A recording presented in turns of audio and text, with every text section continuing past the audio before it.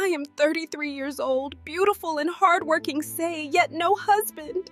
All my mates are married with kids. I like you, Margaret. Would you be my wife? The night Margaret finally understood what loneliness could do to a woman was the same night she walked down the aisle smiling at a man who had already broken 3 other women before her. She was radiant. She was glowing. She was 34 years old, and she was so terrified of dying alone that she handed her entire future to a man who smelled of whiskey at his own wedding. And nobody, not one single person in that church, could stop her. Because she had already made up her mind. She was going to change him. She was going to love him into becoming something better. And that decision, that one desperate, beautiful, heartbreaking decision, would cost her the next 12 years of her life. Before we dive into this story, please like this video, subscribe to this channel, and tell us in the comments where you are watching from. We have people watching from all over the world. Let us know where you are joining us from today. Now let's get into the story. There is a particular kind of fear that only a woman in her mid-30s truly understands. It is not the fear of darkness. It is not the fear of failure. It is something quieter than both of those things, and somehow far more dangerous. It is the fear of the calendar. Margaret Cole was 33 years old when that fear became louder than her common sense. She was, by every honest account, a breathtaking woman. 5 feet 6 inches tall, with warm brown skin, wide intelligent eyes, and a laugh that could fill an entire room without trying. She had worked hard her whole life. She had a decent job as an administrative coordinator at a logistics company in the city. She had her own apartment, small but clean, with a little balcony where she kept potted flowers that she watered every single morning before work. From the outside, Margaret's life looked fine. But from the inside, Margaret was quietly unraveling. Her younger sister, Diane, had gotten married at 26. Her best friend from college, Patrice, had 2 kids and a house in the suburbs by 28. And every family gathering, every Christmas dinner, every Easter Sunday, every birthday party, there was always one aunt, always one family friend, always one well-meaning but utterly devastating voice that would find Margaret in a corner and say the same thing. "Margaret, sweetheart, you're not getting any younger, you know." And Margaret would smile. She would laugh it off. She would say, "I'm fine, Auntie. I'm just waiting for the right one." But the aunt would shake her head slowly, the way older women do when they believe they are watching someone make a mistake in slow motion. "Waiting is good, baby. But don't wait too long. The clock doesn't care about anybody's feelings." And Margaret would nod and excuse herself and find somewhere else to stand. But late at night, alone in her apartment, she would lie on her back staring at the ceiling and count the years like a woman counting money she was running out of. 31, 32, 33. She had watched her own mother get married young, build a family young, grow old surrounded by grandchildren. And somewhere deep in the architecture of who Margaret was, deep in the walls her childhood had built around her heart, she had decided, without even realizing it, that a woman without a husband and children was somehow incomplete. That was the wound. That was the crack in the foundation. And cracks have a way of letting the wrong things in. It was a Friday evening in late October when Margaret first saw Felix Carter. She had gone out with 2 colleagues from work. Just drinks, nothing serious. A bar on the east side of the city that had live music on weekends. She almost didn't go. She had been tired all week, and she'd told herself she would stay home, make tea, watch something on television. But Patrice had called her that afternoon. "You need to get out of that apartment, Margaret.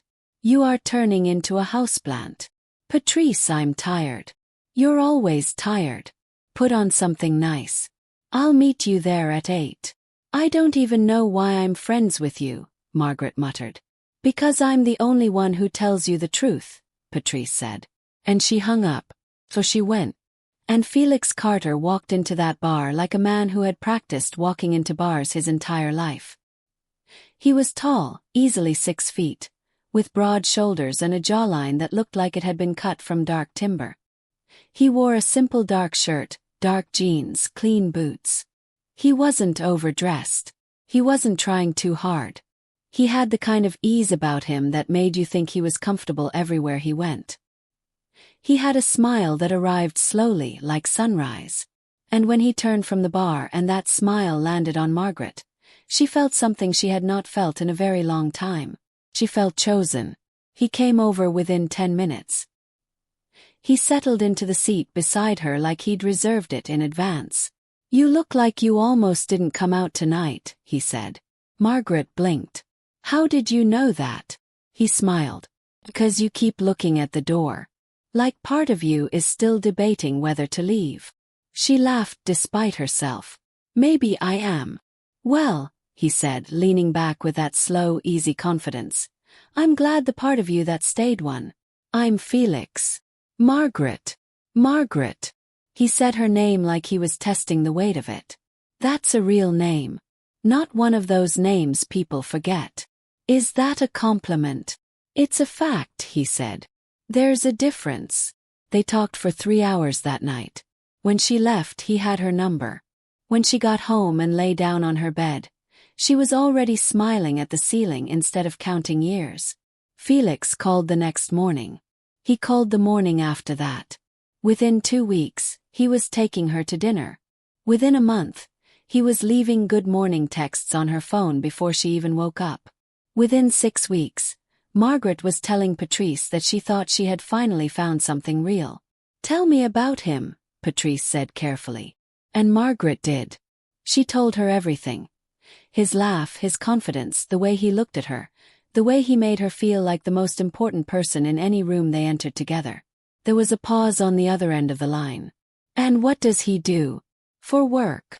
Margaret hesitated. "Sales." "He's in sales." "Sales of what exactly?" "Patrice." "I'm just asking, Margaret." "He's between contracts right now. It's a transitional period." Another pause. The kind that says everything without saying anything. "Be careful," Patrice said finally. "That's all I'm saying. Be careful." But Margaret was already too warm inside the feeling to let anyone cool it down. She didn't know yet, she couldn't have known, that Felix Carter had given that same slow smile to at least 4 other women in the past 3 years. That his phone had a pattern of names that appeared intensely for a few months and then vanished. That the reason he was so good at saying the right things was because he had been saying the wrong things for so long that he had learned, through pure destruction, what worked better. She didn't know any of that. All she knew was that she was 33 years old, and for the first time in longer than she could remember, the ceiling didn't frighten her at night. And so she held on. The first warning came from a woman named Sandra. Sandra was Felix's neighbor, a heavy-set woman in her mid-40s with sharp eyes and the kind of directness that either offends you or saves you, depending on how badly you need saving. Margaret had gone to Felix's apartment for the first time on a Sunday afternoon, about 6 weeks into their relationship.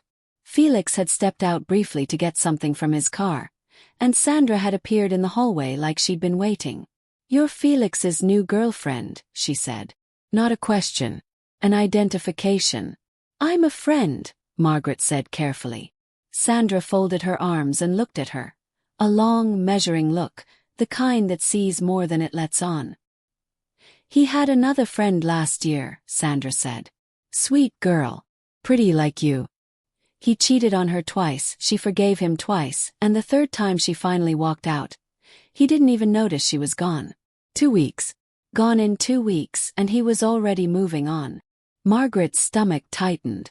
"I appreciate you telling me that, but every relationship is different." "That's what she said too," Sandra replied quietly. "I'm sorry. The girl before you. That's almost exactly what she said." Sandra shrugged and turned toward her apartment door. "I'm not telling you what to do. I'm just telling you what I saw. You seem like a woman with good sense. Use it." She went inside. The door clicked shut.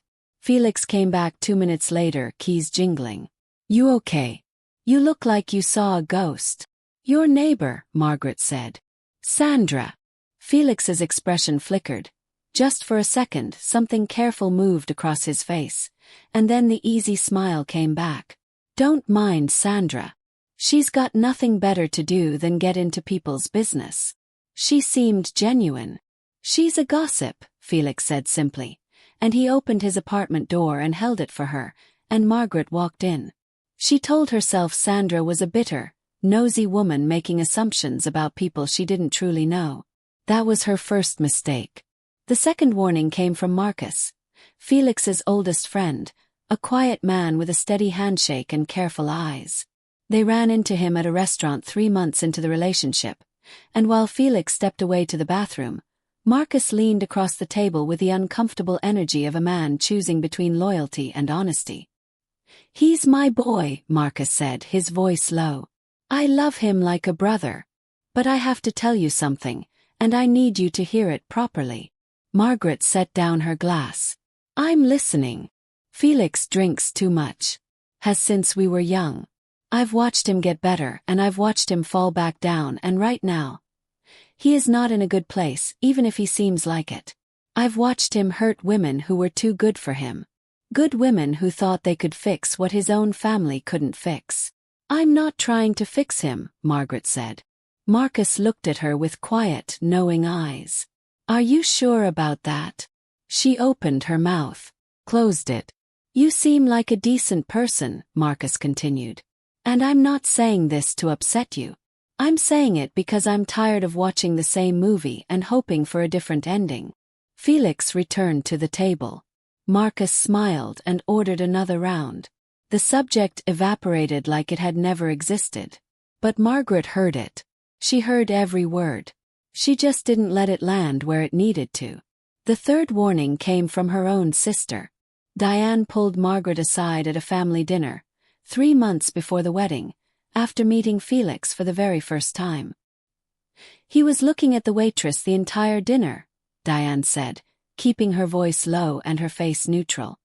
"He's friendly. That's just how he is. He smelled like alcohol when he hugged me." "Hello, Margaret." It was 6 in the evening. "He had a drink before we came. It was a long week. And the week before that.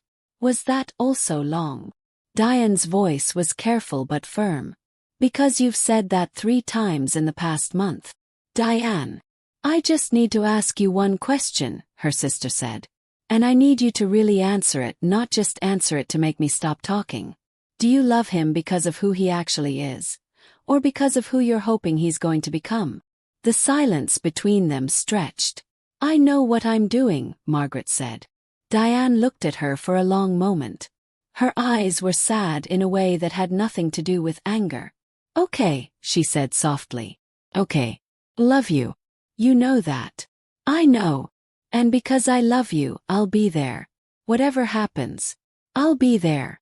It was the most honest, most loving thing anyone said to Margaret that entire year. And she didn't understand the full weight of it until much later. 6 weeks after that dinner, Margaret walked down the aisle in an off-white dress while her mother cried in the front row. Felix stood at the altar in a dark suit and a wide smile. She could tell by the slight sway in his shoulders when he turned to watch her walk toward him that he had been drinking before the ceremony.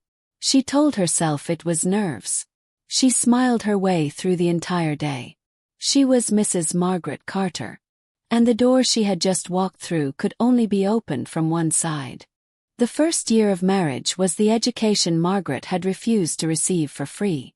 Every lesson she had turned away from, every warning she had dismissed, every red flag she had folded neatly and put away in a drawer, came due with interest. Felix did not work consistently. He had explained this away before the wedding as a dry spell, a transitional period, the company restructuring. But after the wedding, the explanations stopped, because he stopped feeling the need to explain. He drank. He drank the way some men breathe, automatically without thought, as though the alternative was not something he could seriously consider.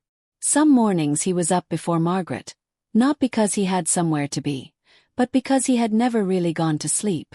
She would find him at the kitchen table with a glass at 6 in the morning, staring at nothing. "Felix," she said one morning, standing in the kitchen doorway in her work clothes. "It's 6:15. He looked up slowly. His eyes had that glassy, distant quality she had learned to recognize. "I know what time it is. You haven't slept." "I slept. Felix." "Margaret." His voice was flat. "Go to work." And she did. Because arguing at 6 in the morning before a full workday had taught her nothing except how to arrive at the office with a headache. The money was the first real battleground. Margaret's salary covered the rent, the groceries, the utilities. Felix contributed in uneven, unpredictable installments.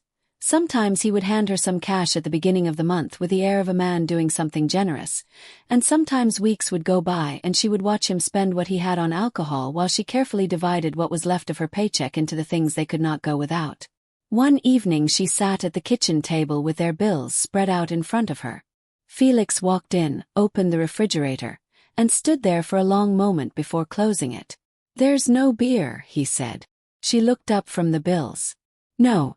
There isn't. Did you not go to the store?" "I went to the store, Felix. I bought what we needed." He turned around and looked at the bills on the table.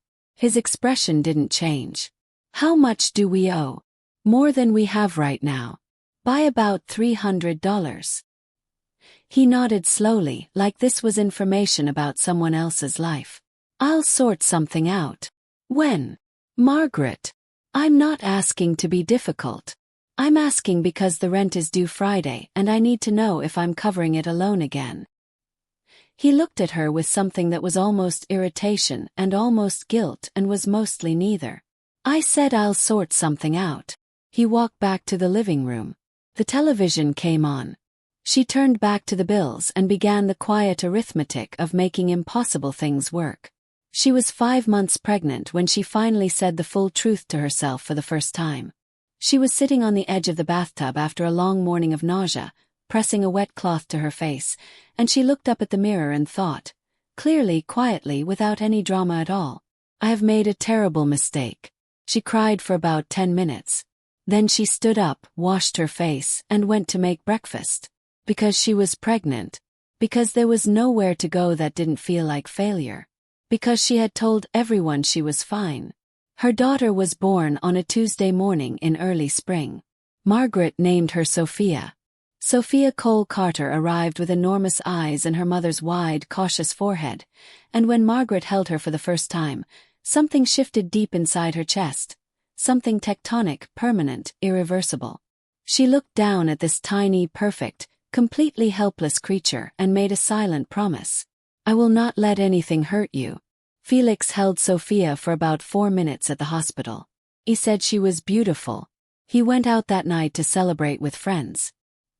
He came home at 2 in the morning, stumbling in the hallway, while Margaret lay awake in the dark feeding their 6-day-old daughter. She said nothing. Sophia was 8 months old when Margaret realized she was pregnant again. She sat with that knowledge for 3 days before she told Felix. He was at the kitchen table when she said it. She had planned the moment carefully, had waited for a morning when he seemed steady. "Felix," she said, sitting across from him. "I'm pregnant." He looked up. Long pause. He set his cup down. "Again." She absorbed that word. The way it landed. "Yes, again." He rubbed his face with both hands. "Okay," he said finally. "We'll figure it out." "What does that mean? What does figuring it out look like for you?" "'Cause I need actual help, Felix. I need you present. I said we'll figure it out, Margaret." His voice had an edge to it now, the kind that meant the conversation was closing. "Can we just not do this right now?" She stood up from the table. She went to check on Sophia. She did not cry. She had been learning how to not cry at the wrong moments, saving it for later, for the bathroom, for the car. Her second daughter, Rose, was born 14 months after Sophia. Now there were 2. The fights that came after Rose's birth were louder and harder, because now there was a toddler in the house old enough to hear them. "You dropped $30 on the counter, Felix." $30. What am I supposed to do with $30? "It's what I have right now. It's what you have because you spent the rest of it on." "Don't."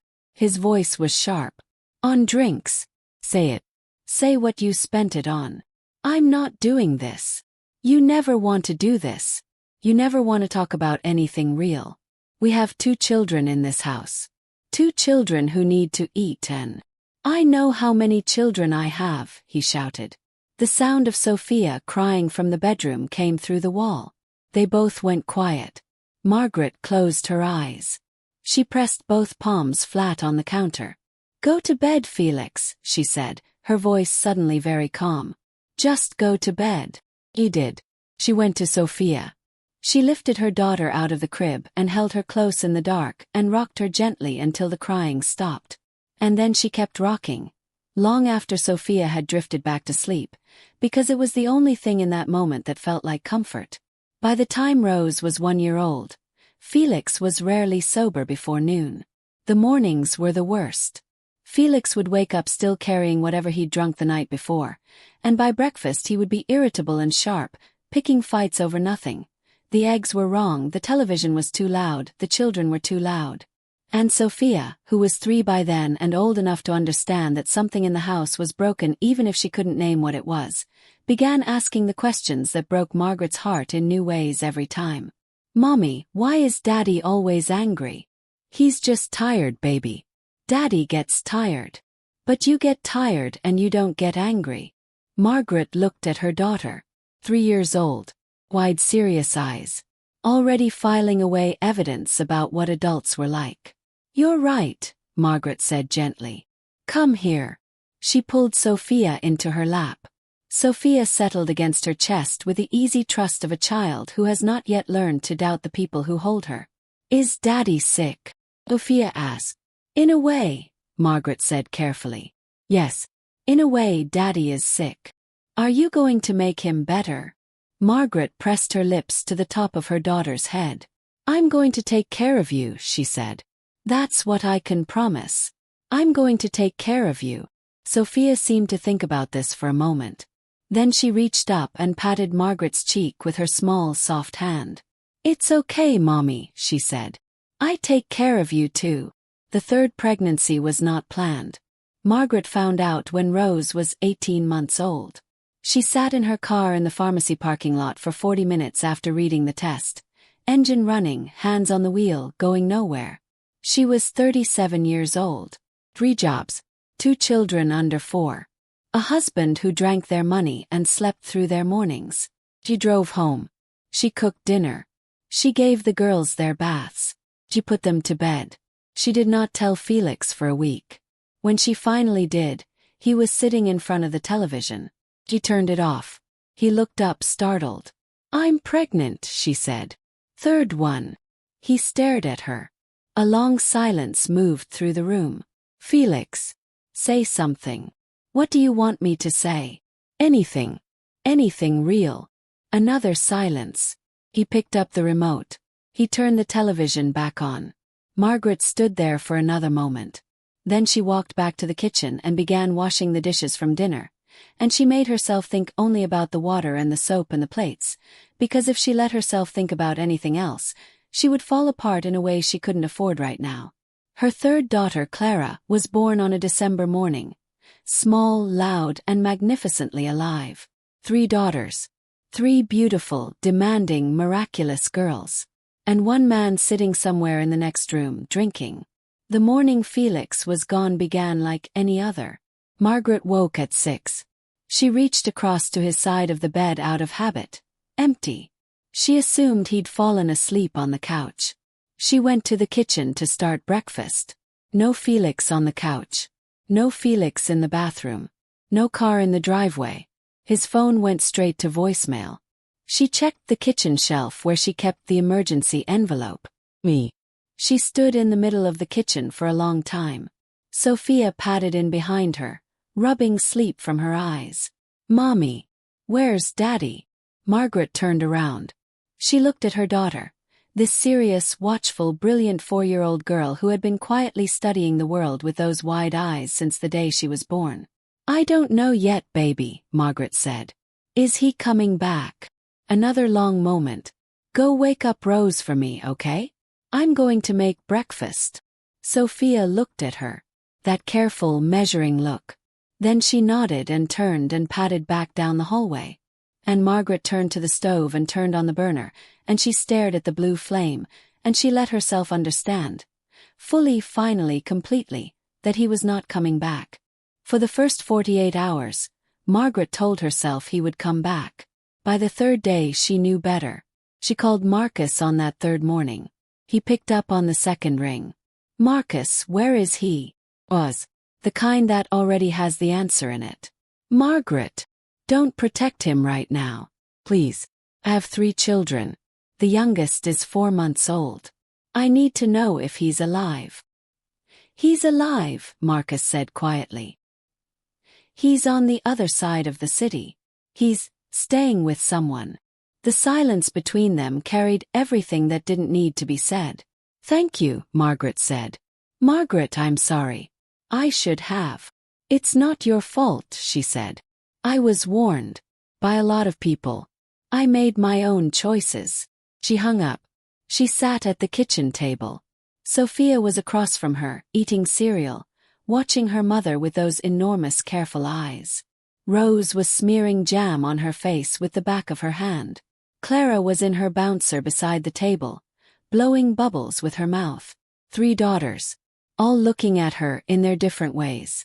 She looked back at them, and something inside her that had been soft and frightened for years quietly became something else. Not anger. Something quieter than anger. Something harder. Resolve. She called Diane that afternoon. She told her everything. Not the edited version, not the fine version, but all of it. The drinking. The money. The mornings. The locked bedroom door. The way Sophia asked questions she couldn't answer. All of it. Diane listened without interrupting. When Margaret finished, there was a long pause. What do you need? Diane said. Not I told you so. Not I knew this would happen. Not why didn't you listen. Just what do you need? And Margaret, who had spent 3 years building walls to keep anyone from seeing how bad it was, put her face in her hands and cried harder than she had cried since the night she first understood her mistake. She cried for a long time. I need help with the girls, she finally said. Just for a little while. Just while I figure out what to do. I'll be there Saturday morning, Diane said. And every Saturday after that. For as long as you need. You don't have to. Margaret. Diane's voice was firm and warm at the same time. Stop. I'm your sister. I'll be there Saturday. The plan Margaret built was not elegant. It was not clean. It was constructed from whatever survived the wreckage. She had 2 jobs. She added a third. She found a woman named Gloria, a retired schoolteacher in her building with gentle hands and infinite patience, who offered to watch the girls in the mornings for a fee Margaret could barely manage but did manage. She applied for every assistance program she qualified for. She called the logistics company where she'd worked years before. They offered her something in dispatch, slightly better pay. She took it. She signed up for a driver licensing course at a community center 4 months after Felix disappeared. Not because she had a grand plan, but because she had heard that the city's taxi licensing program had expanded, and that female drivers were in high demand among female passengers. Within 6 months, she had a taxi license. She drove 3 evenings a week and weekend mornings while Diane or Gloria stayed with the girls. The money wasn't transformative, but it was hers. Every cent built by her own hands, her own hours, her own eyes reading the road in the dark. One evening, coming home from a late shift, she sat in the parked car outside her building for a few minutes before going in. The street was quiet. The city hummed its low, constant hum. She thought about the woman she had been at 33, standing in a bar, feeling chosen by a slow smile, deciding that being wanted was the same thing as being safe. She thought about Sandra in the hallway, about Marcus across the restaurant table, about Diane's sad, knowing eyes. She had been warned. She had not listened, but she was listening now. Listening to herself, finally, the way she should have been all along. She filed for divorce on a Tuesday afternoon in February. A patient young attorney at a legal aid office walked her through the paperwork with quiet efficiency. Felix was served at the address Marcus had provided. He signed the papers without contest. He did not call. He did not come to see his daughters. He simply signed and went back to whatever life he was building on the other side of the city, 45 minutes away from the 3 little girls who carried his last name. Margaret told the girls the truth. as much truth as a 4-year-old, a 2-year-old, and a baby could hold. "Daddy went away," she said, sitting with Sophia and Rose on the living room floor, Clara asleep in the crib down the hall. "I don't know when we'll see him, but I need you to hear something from me. Are you listening?" Sophia nodded immediately. Rose, copying her sister, nodded too. "I am here," Margaret said. "I am not going anywhere. Not ever. You understand? Promise," Sophia said. "I promise," Margaret said. "With every single thing I am." Sophia thought about this for a moment. Then she climbed into her mother's lap, and Rose climbed in after her, and Margaret held both of her daughters in the middle of the living room floor and breathed. The years that followed were not easy, but they were hers. She built a routine that was unglamorous, relentless, and utterly sustaining. Mornings with the girls before school, the dispatch job through the day, evenings driving, late nights folding laundry and reviewing homework, and lying on the carpet while Clara climbed on her back and called her a horse. And Rose laughed until she couldn't breathe, and Sophia read picture books aloud to no one in particular with great theatrical seriousness. Some nights she was so tired she could cry. Some nights she did, quietly in the bathroom, tap running. But she was not the same woman who had stood at 33, letting fear do the choosing. She was someone she had not known existed inside her before everything else was stripped away. Sophia started kindergarten that autumn. Her teacher called Margaret in during the second week of school. "Sophia is incredibly bright," the teacher said, leaning forward with genuine warmth. "She reads 2 years above her level. She's remarkable. She's always been curious," Margaret said, quietly proud. "She is. But I've also noticed she gets anxious when things feel uncertain. She needs a lot of reassurance.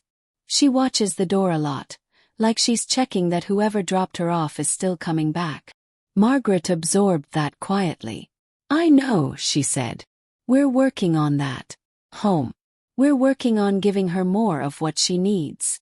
She drove home from that meeting and sat in the car for a long while. She thought about what her own fear had cost. About how terror of the calendar had sent her running toward a man who was wrong, just to stop feeling alone. About Clara, who was barely walking. About Rose, who talked constantly and was becoming genuinely, unexpectedly funny. About Sophia. Serious, watchful Sophia, already learning to watch the door. What did she want to teach them? About love. About choosing. About what it meant to be afraid and make the right decision anyway. She made herself a promise that evening. Not dramatic, not spoken aloud. Just a quiet, internal shifting of direction. She was going to stop letting her daughters see her shrink. They were going to see her build. About 2 years after the divorce, Sophia came home from first grade with a drawing she'd made in art class. House. 4 figures outside it. All female, all different sizes, all with enormous circular eyes. In the top corner, in large, earnest 6-year-old handwriting, "My family. We are brave." Margaret stood at the refrigerator for a long time after pinning it up. 4 women. Different sizes. Same eyes. We are brave. She pressed her fingers to her lips. She had walked into this life through a door built out of fear and desperation, and it had taken nearly everything from her. But she had found something on the other side that she never would have found if the road had been easier. She had discovered exactly who she was when everything else was removed. And that woman, standing in the kitchen at 38, with 3 daughters who called her brave, with a taxi license and a dispatch job and a Sunday ritual with her sister and a real laugh that had come back to her slowly, like a plant regrowing after winter. That woman was not afraid of the calendar anymore. She was not counting years. She was building days. One morning at a time. One promise at a time. 4 women. And that is the story of Margaret Cole. A woman who had loved to give. A woman who had so much to offer. But she handed all of it, every beautiful piece of herself, to a man who was never ready to receive it. And that is the part that breaks my heart the most. Not that she chose wrong, but that she already knew something was off, deep down in that place where women always know, and she chose him anyway, because she was tired of waiting, because the world had made her feel like time was running out, Because she wanted so badly to be chosen that she forgot to choose wisely for herself. So here is my question for you today. If you could go back to the moment before you made your most important relationship decision, knowing everything you know now, would you make the same choice? Or would you walk away? And if this story moves something inside you today, like this video, subscribe to this channel and share it with someone who needs to hear it. I'm Gloria, and I will see you in the next one.